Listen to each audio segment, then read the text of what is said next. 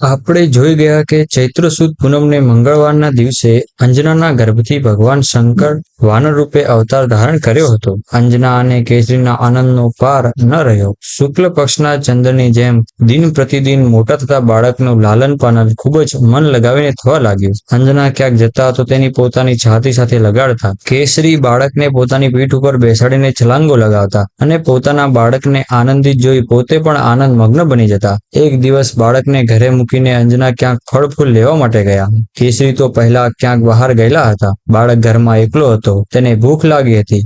તેણે આમ તેમ જોયું પણ તેને કોઈ વસ્તુ મળી નહીં. અંતે તેની દ્રષ્ટિ સૂર્ય ઉપર પડી. પ્રાતકાળનો સમય હતો. બાળકે વિચાર્યું, આ તો ઘણું સુંદર લાલ લાલ ફળ છે. તે ખાવામાં અને રમવામાં એમ બંનેમાં કામમાં આવશે. બાળકે સૂર્ય સુધી પહોંચવાનો પ્રયત્ન કર્યો. વાયુદેવે પહેલેથી જ તેને ઉડવાની શક્તિ આપી હતી. અથવા એમ પણ કહી શકાય કે ભગવાન શંકરની લીલામાં આ આશ્ચર્ય પામવા જેવી વાત શી હતી. તે બાળક આકાશમાં ઉડવા લાગ્યો. દેવતા, દાનવ, યક્ષ વગેરે તેને જોઈને વિસ્મય પામ્યા. વાયુદેવના મનમાં પણ શંકા થઈ. તેમણે વિચાર્યું કે મારો આ નાનકડો બાળક સૂર્ય તરફ દોડતો આવી રહ્યો છે. મધ્યાહનના કારણે તરુણ સૂર્યના પ્રખર કિરણો ક્યાંક તે બળી ન જાય. તેમણે હિમાલયને મલાચળની શીતળતા એકઠા કરીને પોતાના પુત્રની પાછળ પાછળ જવા લાગ્યા. સૂર્ય ભગવાનને પણ જોયું. તેમની દિવ્ય દ્રષ્ટિથી બાળકની મહત્તા છાની રહી ન હતી. તેમને મનમાં ઘણા વિચારો આવ્યા. તેમણે જોયું કે સ્વયં ભગવાન શંકર જ બાળક વાનર સ્વરૂપે મારી પાસે આવી રહ્યા છે. તે વાત પણ તેમનાથી છાની ન રહી. મારા પિતા તુલ્ય વાયુદેવના આશીર્વાદ આ બાળકનો જન્મ થયો છે. તેઓ સ્વયં તેનું રક્ષણ કરવા આવી રહ્યા છે. તેમણે પોતાના કર કિરણોને શીતળ બનાવી દીધા, જાણે કે પોતાના કર કિરણોથી પોતાના નાના ભાઈને લાડ કરતા હોય,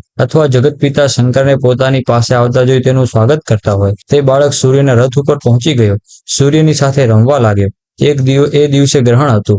પોતાનો સમય થયો જાણીને રાહુ સૂર્યનો ગ્રાસ કરવા આવ્યો. તેમણે જોયું કે એક વાનર બાળ સૂર્યના રથ ઉપર બેઠો છે. પહેલો તો રાહુને કોઈ પરવા ન કરી. હંમેશની જેમ સૂર્ય ઉપર તૂટી પડ્યો. પરંતુ જ્યારે બાળકના દ્રઢ હાથોથી પકડાઈ ગયો ત્યારે તે ભયભીત થઈ ગયો અને ગમે તેમ કરીને પોતાની જાતને છોડાવવાની નાઠ્યો. તે સીધો દેવરાજ ઇન્દ્રની પાસે ગયો. તેણે જઈને ઇન્દ્રને કહ્યું, દેવરાજ, તમે સૂર્યનું ગ્રહણ કરવાનો અધિકાર મને આપેલો છે. હવે શું અધિકાર તમે કોઈ બીજાને પણ આપ્યો છે? ઇન્દ્રને આ વાત કંઈ સમજ્યા નહીં. તેમણે રાહુને ધમકાવીને ફરી સૂર્ય પાસે મોકલ્યો. ફરીવાર રાહુના જવાથી બાળક પોતાની ભૂખ યાદ આવી ગઈ. તેણે વિચાર્યું કે ખાવા માટે આ સારી વસ્તુ છે. બસ રાહુ ઉપર તૂટી પડ્યો. રાહુ આ બાળકને તેજથી ડરી ગયો અને પોતાના રક્ષણ માટે ઇન્દ્રને પોકારવા લાગ્યો. ઇન્દ્ર એરાવત પર ચડી તેના રક્ષણ માટે દોડી આવ્યા. એરાવતે જોઈને બાળક રાહુને છોડી દીધો અને તે એરાવતને એક સારું ફળ સમજીને તેને પકડવા માટે દોડ્યો. ત્યારે ઇન્દ્ર ડરી જઈ પોતાનું વજ્ર ફેંક્યું, જેનાથી બાળકની ડાબી હડપચી તૂટી ગઈ. બાળક ઘાયલ થઈને પર્વત પર પડ્યો અને તડફડવા લાગ્યો. વાયુદેવ બાળકને ઉઠાવીને ગુફામાં લઈ ગયા. તેમને ઇન્દ્ર પર ઘણો જ ક્રોધ આવ્યો અને તેમણે પોતાની ગતિ બંધ કરી દીધી. વાયુના બંધ થવાથી બધા લાકડા જેવા જડ થઈ ગયા. ત્રણે લોકમાં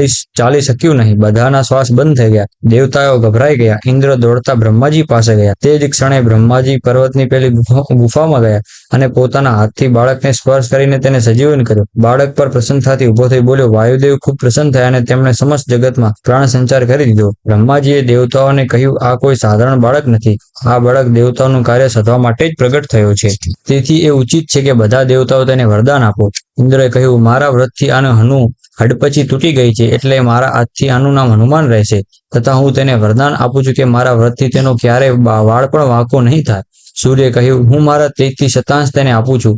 મારી શક્તિ તે પોતાનું રૂપ બદલી શકશે અને જ્યારે તે શાસ્ત્રોનું અધ્યયન કરવા ઈચ્છા થશે ત્યારે હું તેને શાસ્ત્રોનું સંપૂર્ણ અધ્યયન કરાવીશ. તે એક ઘણો મોટો વેદોનો જાણકાર થશે. વરુણે તેને પોતાના પાસ અને જળથી નિર્ભય હોવાનું વરદાન આપ્યું. કુબેર વગેરે દેવોએ પણ પોતપોતાના તરફથી હનુમાનને નિર્ભય કર્યો. વિશ્વકર્મા પોતે બનાવેલા દિવ્યાસ્ત્ર અવધ્ય હોવાનું વરદાન આપ્યું. જ્યારે બ્રહ્માજીએ બ્રહ્મજ્ઞાન આપ્યું તથા તેને દીર્ઘાયુ કરવાની સાથે સાથે બ્રહ્માસ્ત્ર અને બ્રહ્મપાસમાંથી પણ મુક્ત કરી દીધો.